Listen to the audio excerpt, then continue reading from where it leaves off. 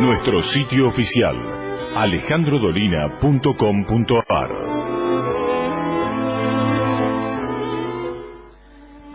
Bueno, continuamos en La Venganza Será Terrible. Estamos en el galponcito de la calle Gorriti 5963. Mañana no estaremos aquí. ¿Por qué? Porque haremos el programa en Avellaneda. Estaremos en el Teatro Roma de Avellaneda más temprano, a las 20:30. Hay entradas en PlateaNet. Y mañana mismo también en la boletería del teatro, allí en Avellaneda, que está en la calle Sarmiento, ¿cuánto se acuerda usted?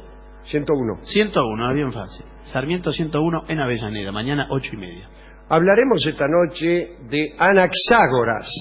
Era un sabio de la Grecia clásica, oriundo de Clasomene. Llegó a Atenas allá en el 480 a.C.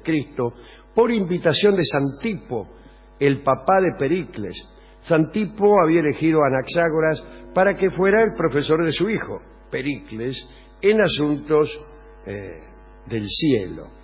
Pero parece que en aquellos tiempos la astronomía era una disciplina errática. Los estudiosos del cielo a veces acertaban alguna, pero otras veces no. Y las autoridades de Atenas, por ejemplo, eran muy duras con la gente heterodoxa. No debía romperse nunca con el rito pagano, que tenía su cosmogonía y cosmología oficial, que no debía vulnerarse. Otros alumnos de Anaxágoras fueron Arquelao, Protágoras de Abdera, el famoso Protágoras de Abdera, Tucídides, también el dramaturgo Eurípides, se dice que también Demócrito y Sócrates. Anaxágoras dio un gran impulso a la investigación de la naturaleza fundada en la experiencia, en la memoria, en la técnica. A él se le atribuyen explicaciones racionales de los eclipses. Parece que antes no los explicaban y después de él sí. Explicó también racionalmente la respiración de los peces, hizo investigaciones sobre la anatomía del cerebro, conoció las doctrinas de Anaxímenes, de Parménides, de Zenón y de Empédocles. Enseñó en Atenas durante unos 30 años, después tuvo algunos problemas con el comisario, ¿no? Se marchó a Jonia y se estableció. Mientras él estaba en Atenas, en Tebas, Filolao, el pitagórico, predicaba que la Tierra no era en absoluto el centro del universo, sino tan solo uno de muchos entes que giraban en torno de un fuego central. Bueno, en Atenas un discurso semejante era imposible, por lo dicho antes, porque eran muy rigurosos con las tradiciones. El mismo Pericles no se había atrevido a abolir una ley que prohibía, como contraria al rito, la astronomía. Miramos, O sea que no solamente eran mal vistos los astrónomos, sino que en algunos casos prohibidos. Es probable que Anaxágoras haya frecuentado escuelas, pero no lo sabemos. Probablemente había tomado las nuevas ideas que circulaban por ahí en distintos foros eruditos de Grecia. Ahí andaba Demócrito de Abdera, que decía que la Vía Láctea no era más que polvillo de estrellas, y en Agrigento, Empédocles, insinuaba que la luz de los astros empleaba determinado tiempo para llegar a la Tierra. Pero estos dos no fueron maestros de Anaxágoras, sino sus alumnos. Estaba ahí Parménides de Elea, que exponía graves dudas sobre que la Tierra fuera plana. Yo a veces también tengo esas mismas dudas.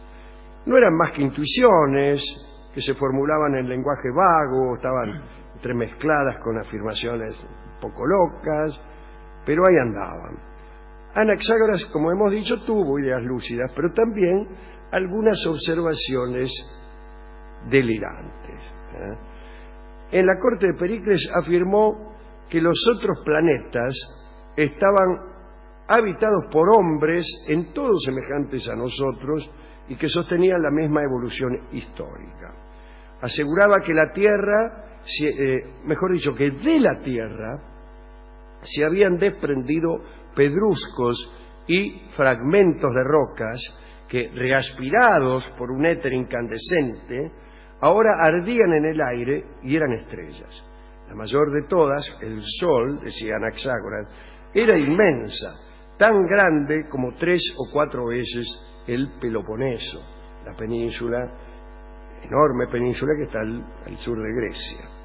Decía también que la Luna tenía el mismo origen, es decir, que era piedra de la Tierra. Ajá. Otra observación extraña era la siguiente: el rayo se producía debido a la fricción o choque de 2 nubes. Muy curioso este hombre. Más allá de sus muchos errores, Anaxágoras cometía otro terrible, ¿no? El más terrible de todos. En sus teorías no citaba jamás a Zeus, el príncipe de los dioses. Y muchos autores escribían sus indagaciones tal como lo hacía Anaxágoras, pero siempre de alguna manera ponían alguna frase para quedar bien con el comisario, ¿no? Conciliaban con los dioses paganos sus teorías. Amenazado por los ministros de Pericles, Anaxágoras quiso conciliar sus decires con el rito. Y así, en un libro que llamó Sobre la naturaleza, introdujo como padre del vórtice que había dado lugar al universo el nous, es decir, una mente que por lo menos ante los jurados atenienses podía también hacerse pasar por el más importante de los dioses del Olimpo. La verdad es que ese nous había sido una especie de injerto, como se ha dicho, para quedar bien con el comisario, y tenía muy poco que ver con lo que Anaxágoras verdaderamente pensaba.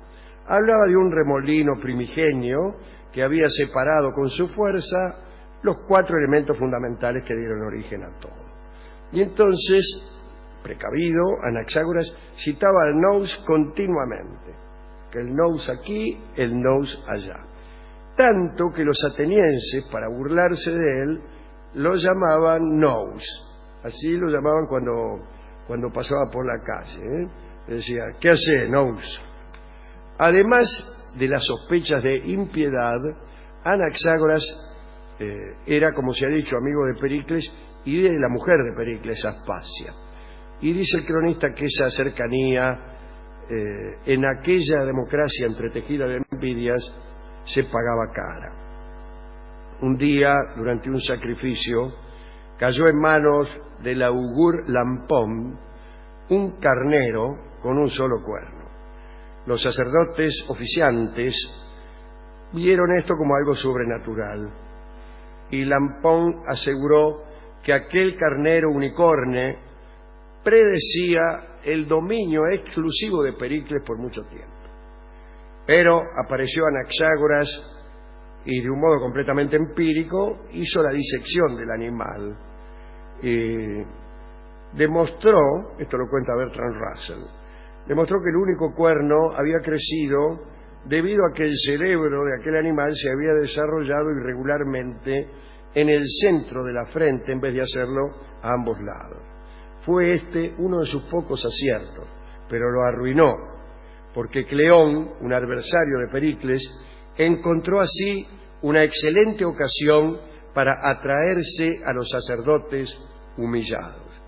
Cleón insinuó a los oficiantes y a los éforos que aquel famoso nous de las teorías de Anaxágoras era una excusa inventada para hacer contrabando de herejía. Anaxágoras fue acusado de impiedad ante un tribunal. El libro Sobre la naturaleza y la mayoría de sus copias fueron destruidas. Pericles, preocupado por el que había sido su maestro, lo defendió ante los jueces, pero al final no pudo evitar la condena a muerte. Entonces diseñó Pericles la evasión de Anaxágoras e hizo que llegara sano y salvo a Lampsaco. Y ahí vivió lo más tranquilo y nada más. Vivió hasta los 73 años de edad. Pericles a escondidas le mandaba guita. Le mandaba pequeños dineros para que el pobre Anaxágoras pudiera comprarse átomos. Sí. O cosas compuestas por ellos. O cosas compuestas por ellos. Bueno, muy bien. Hemos ido a la discoteca y le explicamos todas estas teorías al discotecario y me dijo que él no creía nada de eso. Pero ¿qué importa, Nada señores? que él no creía nada de los planetas ni que no habían ido a la luna. Pero sí, la luna fueron varias veces, no solo una. Y que no le parecía que la luna fuera una parte de la Tierra. No, es que no es. Porque si no, tendría que ser parecida. Tendríamos que ver partes, digamos, igual acá, y tendría que encajar justo. Claro, en un pedazo que le faltara a la Tierra, tendría que encajar la luna. Y no es así, me dijo el tipo. Y no, claro que y no es me así. parece que tiene razón. Sí, claro. Bueno, como quiera que sea, al pedirle yo una canción que tuviera que ver con alguna de estas teorías, Es difícil. me dio el vals que se llama Luna de Arrabal, y que es un vals que solíamos pasar nosotros, que no creemos en nada de esto, a veces como convocatoria a la ayuda de los astros, es decir, como pidiendo buena suerte. Pero a mí me parece que escondíamos en esa supuesta y muy bien vista forma de superstición las ganas de escuchar un valsecito criollo cantado por un artista que hoy mismo hubiera sido investigado. Canta Hugo del Carril, Luna de Arrabal.